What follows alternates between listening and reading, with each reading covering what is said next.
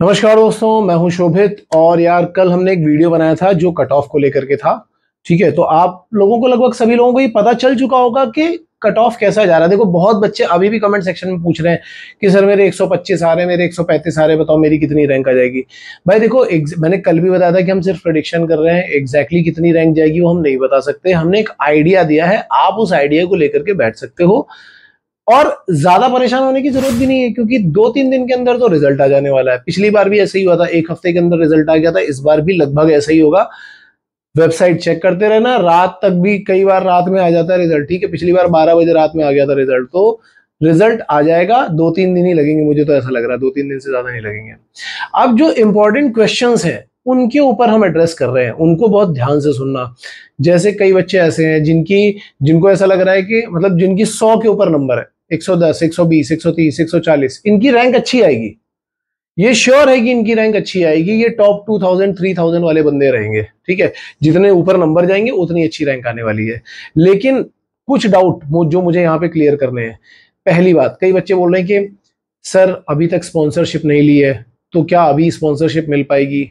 तो देखो भाई, अगस्त बैच के लिए अब स्पॉन्सरशिप मिल पाना थोड़ा सा मुश्किल है, लेकिन फिर भी थोड़े बहुत चांसेस होते हैं। अब चक्कर ये कि कंपनीज ने अपने फॉर्म बंद कर दिए हैं। आपको पहले उसके ऊपर फोकस, अगर आपने अभी तक स्पॉन्सरशिप नहीं ले पाई है तो मैं उसका सोल्यूशन भी बताऊंगा कि क्या है, आपको क्या करना चाहिए। ठीक है, तो अब क्या है कि केवल एंग्लो का फॉर्म ओपन दिखाई पड़ रहा है और ग्रेट ईस्टर्न वाले तो फेब बैच के लिए कर रहे हैं, ये वाला काम कर रहे हैं। मतलब उनका रिटर्न विटर्न सब हो चुका है। वो अब तो बस सीधा इंटरव्यू लेंगे और उसके बाद देखा जाएगा, रैंक पीसीएम इनके बेसिस पे देखा जाएगा। तो अब स्पॉन्सरशिप मिल पाना बहुत मुश्किल काम है अभी के लिए। अगर आपने स्पॉन्सरशिप नहीं ली है तो अभी अगस्त बैच के लिए स्पॉन्सरशिप मिल पाना काफी मुश्किल काम है। आप ऐसा कर सकते हो कि अगर आपकी रैंक अच्छी है, आ जाती है, मतलब आप 120 130 नंबर पे आपकी अच्छी रैंक आ गई है, तो मेरा सजेशन रहेगा कि आप फेब बैच के लिए ट्राई करो। फेब बैच की स्पॉन्सरशिप में भी आपको Anglo eastern, great eastern, fleet management, volume, shipping corporation of India, ये 4-5 कंपनी तो आपको वैसे भी मिल ही रही है ना, तो आप इनमें ट्राई कर सकते हो। ये मेरा सजेशन है। अब दूसरा डाउट, बहुत सारे बच्चे बोल रहे हैं कि सर क्या हमें डीएनएस करना चाहिए या क्या हमें बीएससी करना चाहिए। तो देखो, ये आपकी चॉइस है कि आप डीएनएस करना चाहते हो या बीएससी करना चाहते हो। आप दोनों ही चीजें कर सकते हो। डीएनएस और बीएससी दोनों ही एक्चुअली डेक साइड के लिए हैं, लेकिन डीएनएस के लिए जो नंबर ऑफ कॉलेजेस हैं वो काफी सारे हैं। मतलब आप डीएनएस एंग्लो ईस्टर्न से कर सकते हो, ग्रेट ईस्टर्न से कर सकते हो, सेवन आइलैंड से कर सकते हो, समुद्रा से कर सकते हो, तोलानी से कर सकते हो, टीएस रहमान से कर सकते हो, बहुत जगह से कर सकते हो और कई कंपनीज मिल जाती हैं। डीएनएस का फायदा भी होता है कि पहले जॉब सिक्योरिटी मिल जाती है, लेकिन बीएससी में थोड़ा पंगा है। अब जैसे बीएससी में क्या है कि अगर जॉब श्योरिटी के साथ जाना है तो मर्स्क अपनी स्पॉन्सरशिप निकालती है जो एमिट के साथ टाइप है। अगर आपको वो मिल चुका है तो आप बीएससी कर लो। दूसरा तरीका क्या है कि आप किसी अच्छे कॉलेज में एडमिशन ले लो बीएससी के लिए। ठीक है, जैसे कौन से कॉलेज अच्छे कॉलेज की कैटेगरी में आते हैं। तोलानी आता है अच्छे कॉलेज की कैटेगरी में। अभी रिसेंटली गणपत यूनिवर्सिटी ने बहुत ही अच्छा इंप्रूवमेंट दिखाया, मतलब बहुत अच्छा, ट्रिमेंडस। 3-4 सालों में गणपत यूनिवर्सिटी के प्लेसमेंट में जो चेंजेस आया ना, मतलब जो पहली कंडीशन थी और जो अब की कंडीशन है, जमीन आसमान का डिफरेंस है। आप वहां ले सकते हो। एच आई एम टी बहुत अच्छा ग्रो कर रही है, पहले से काफी अच्छा ग्रो कर रही है, काफी अच्छी कंपनीज आ रही है वहां पे, आप वहां पे ले सकते हो। ठीक है, एमिट का तो मैंने आपको बता ही दिया था कि अगर मर्स्क की स्पॉन्सरशिप मिल रही है तो आप वहां ले सकते हो। तो ऐसे 3-4 कॉलेजेस हैं जहां पे आप ले सकते हो। लेकिन बस अब इसमें क्या पंगा होता है कि जैसे तोलानी, यहाँ पे फीस बहुत ज्यादा होती है, 20 लाख रुपए। अगर आप फीस पे कर सकते हो तो भाई देखो, कोई बहुत बड़ा वो नहीं है, रिटर्न भी आराम से हो जाती है, कंपनीज काफी अच्छी आती हैं, आप वहां से ले सकते हो। मतलब वो फीस अगर आप पे कर सकते हो तो। और अगर आप फीस नहीं पे कर सकते हो तो मैं सजेस्ट करूंगा कि आप गणपत यूनिवर्सिटी में चले जाओ या एचआईएमटी में चले जाओ, इनमें आप जा सकते हो।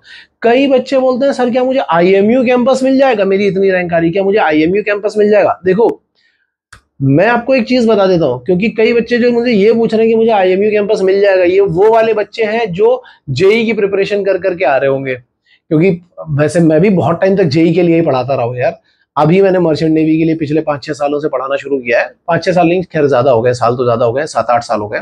लेकिन 2008 से तो मैं जेई के लिए ही पढ़ा रहा था। तो जेई में जो कंसेप्ट रहता है ना कि हमें आईआईटी मिल जाए, हमें एनआईटी मिल जाए, उनका कैंपस मिल जाए। क्यों? क्योंकि वो गवर्नमेंट कैंपस होता है, फीस कंपैरेटिवली बाकी जगह से कम होती है, पढ़ाई ज्यादा अच्छी होती है। लेकिन, और हाँ, यहाँ पे स्पेसिफिकली बोल रहा हूँ, ये मेरा पर्सनल ओपिनियन है जो मैंने अपने स्टूडेंट से डिस्कस कर, जो स्टूडेंट्स वहां पे पढ़ रहे हैं उनके साथ डिस्कस करने के बाद निकाला है कि अगर आप आईएमयू कैंपस को किसी अच्छे प्राइवेट कैंपस से कंपेयर करोगे तो भाई केवल एक फीस कम मिलेगी, बाकी कुछ मजा नहीं आने वाला। फीस कम तो मिल जाएगी। बहुत लोगों को लगता है अरे सर आईएमयू कैंपस से डीएनएस कर लें विदाउट स्पॉन्सरशिप। बिल्कुल मत करना।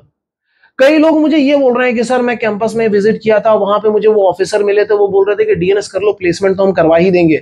भैया कोई भी आपको ऑन पेपर लिख करके नहीं देगा प्लेसमेंट के लिए। और अगर आप फंस गए चक्कर में, ऐसे बहुत बच्चे फंसते हैं जो जाएंगे, होता हो अच्छा प्लेसमेंट, अब कई बोल रहे हैं सर प्लेसमेंट, मैं प्लेसमेंट चेक करने का भी एक तरीका बताऊंगा। डीजी की वेबसाइट पे प्लेसमेंट चेक करने का एक तरीका है, मैंने ऑलरेडी इसके ऊपर एक वीडियो बनाया हुआ है कि प्लेसमेंट कैसे चेक किया जाता है, वो मैं इसके ऊपर यहाँ पे आई बटन पे डाल दूंगा, तुम वहां से भी चेकआउट कर सकते हो। आईएमयू का अगर आपको कैंपस का प्लेसमेंट चेक करना है, आप वहां से चेक कर सकते हो। कई बार ऐसा लिखा होता है, देखो रियलिटी और ये सब चीजें क्या होती है उसको समझना। जैसे मान लो लिखा है, किसी कॉलेज ने लिखा है, मैं किसी कैंपस का नाम नहीं ले रहा हूँ, लेकिन मैं बता रहा हूँ, एक एग्जांपल बता रहा हूँ, और ये ट्रू है, मेरे स्टूडेंट जो पढ़ रहे थे उन्होंने बताया कि एक कैंपस ने लिखा कि भाई मेरे यहाँ 70% बच्चों का प्लेसमेंट हो गया है। ठीक है, तो मैंने कहा कि यार ये तो अच्छा है। स्टूडेंट को मैंने बोला, क्योंकि जनरली अपन किसी कैंपस के बारे में गलत राय तब तक नहीं बनाते जब तक कि अपने को ग्राउंड रिपोर्ट नहीं मिलती। तो मैंने उसको बोला कि यार ये तो अच्छा दिखा रहे हैं, 70% का तो प्लेसमेंट दिखा रहे हैं। तो वो बच्चा बोला कि सर 70% का प्लेसमेंट कैसे दिखा रहे हैं, 40 सीटें हैं क्या? 40 में से पहली बात तो 40 के 40 बच्चे नहीं आए, बच्चे आए थे 35, उन 35 में से 8-10 भाग गए, अब बचे 25, और उस 25 में से 70% का प्लेसमेंट हुआ है। तो ये है 70% का प्लेसमेंट। इसलिए जब आप किसी ऐसे कैंपस में जाते हो जहां पे फीस कम है, यहां के जो गवर्नमेंट कैंपस है किसी टाइम पे बहुत अच्छे हुआ करते थे, लेकिन अभी के जो गवर्नमेंट कैंपस की कंडीशन है वो हो सकता है इंप्रूव हो, 1 साल 2 साल में इंप्रूव हो, लेकिन अगर आप उसको प्राइवेट कैंपस से कंपेयर करो, जैसे अगर आप उसको एंग्लो ईस्टर्न से कंपेयर करो, ग्रेट ईस्टर्न, इवन 7 आइलैंड से कंपेयर करो, गणपत यूनिवर्सिटी से कंपेयर करो, HIMT से कंपेयर करो, तोलानी से कंपेयर करो, नहीं है यार उसके, मेरा तो मतलब मुझे जो इन्फॉर्मेशन मिली है उसके हिसाब से तो मैं नहीं मानता, नहीं है कोई कंपैरिजन वहां पे। ठीक है, तो इसलिए मैं ये, जैसे कई बच्चे बोलते हैं कि सर मैं इस कैंपस से उस कैंपस से BSc कर लूं तो मेरा प्लेसमेंट हो जाएगा। भाई मैं अगर आपको बोल रहा हूँ, क्लियर मेरी बात समझना, अगर आपकी रैंक अच्छी है, आप टॉप 1000 में हो, आप टॉप 2000 में हो, तो 6 महीने इन्वेस्ट करो। बहुत लोगों को लगता है अरे सर मैं 6 महीने लेट हो जाऊंगा। भाई तुम्हारी जिंदगी, एक एवरेज ह्यूमन बीइंग की लाइफ इंडिया में 71 ईयर्स है। ठीक है, अगर आप 20 साल के भी हो मान लो, तो भी आपकी लाइफ में 51 ईयर्स बचे हुए हैं जो आपको अच्छी तरीके से निकालने हैं। ये 6 महीने एक तरीके का इन्वेस्टमेंट होगा आपके ऊपर। आप 6 महीने को अपने ऊपर इन्वेस्ट करोगे और 6 महीने में आप एक अच्छे कैंपस में पहुंच जाओगे विद जॉब सिक्योरिटी, तो आपकी आगे की जो लाइफ है, जो बचे हुए 50 साल है, वो बहुत अच्छे तरीके से निकलेंगे। और अगर आपने ये 6 महीने सही तरीके से इस्तेमाल नहीं किए, मान लो आप किसी पर्टिकुलर कैंपस में पहुंच गए, बहुत अच्छी रैंक लेकर के पहुंच गए, अगर आपको वहां प्लेसमेंट मिल जाता है देन वेल एंड गुड। लेकिन बाई चांस अगर आपको प्लेसमेंट नहीं मिलता है, 3 साल निकाल दिए, प्लेसमेंट नहीं मिल रहा है, क्या करोगे? क्या करोगे? फिर रोगे पीटोगे, फिर 10 यूट्यूबर्स को गालियां दोगे कि वो ऐसा बोल रहा था, वो वैसा बोल रहा था, मैं तो उसके कहने में यहां फंस गया, मैं तो उसके कहने पे वहां फंस गया। जिंदगी तुम्हारी है, तो आपको इसके ऊपर बहुत सोच समझ करके काम करना है। मैं बार बार बोल रहा हूं, इसके ऊपर बहुत सोच समझ करके काम करो। आंखें बंद करके फैसले मत ले लेना कि सर मुझे बस ये बता दो, मुझे बस, मैं बताऊंगा, काउंसलिंग प्रोसेस भी बताऊंगा, ये भी बताऊंगा कि कहाँ पे कैसा प्लेसमेंट है, कहाँ पे नहीं है, सब कुछ बताऊंगा। ठीक है, लेकिन मेरा सजेशन ये कि जब आप जाओगे तो बहुत सोच समझ करके जाओ। मेरा सजेशन ये रहता है जनरली प्राइवेट कॉलेजेस में जाओ।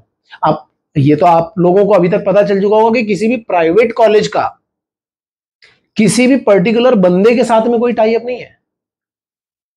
प्राइवेट कॉलेज हम इसलिए प्रेफर कर रहे हैं क्योंकि फीस में जरूर थोड़ा बहुत डिफरेंस होता है, लेकिन पढ़ाई अच्छी होती है, प्लेसमेंट अच्छे होते हैं, ये सब पंगा नहीं होता। और प्राइवेट वालों को अपने कॉलेज को ऊपर लेकर के जाना है, इसलिए वो जान लगा रहे होते हैं वहां पे। तो मैं यही सजेस्ट करूंगा कि instead of doing BSc from IMU campus, go for DNS from a private campus, और वो भी अच्छा कैंपस, जैसे एंग्लो ईस्टर्न हो गया, ग्रेट ईस्टर्न हो गया, 7 आइलैंड भी अच्छा है।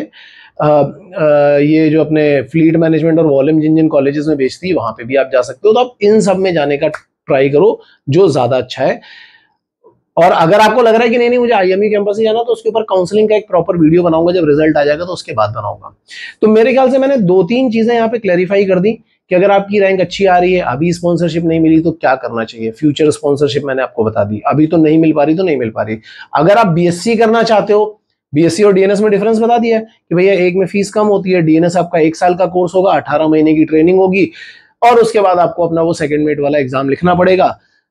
ठीक है, सेम बीएससी में बस 3 साल का कोर्स है, 1 साल की ट्रेनिंग है और यहाँ पे भी वो एग्जाम लिखना पड़ेगा। फीस में थोड़ा बहुत डिफरेंस रहता है, बाकी जाते दोनों तरफ से डेक साइड पे ही है। अगर आपको बीएससी करना भी है तो कहाँ से करना है वो भी मैंने बता दिया, अच्छा ऑप्शन मैंने बता दिया है।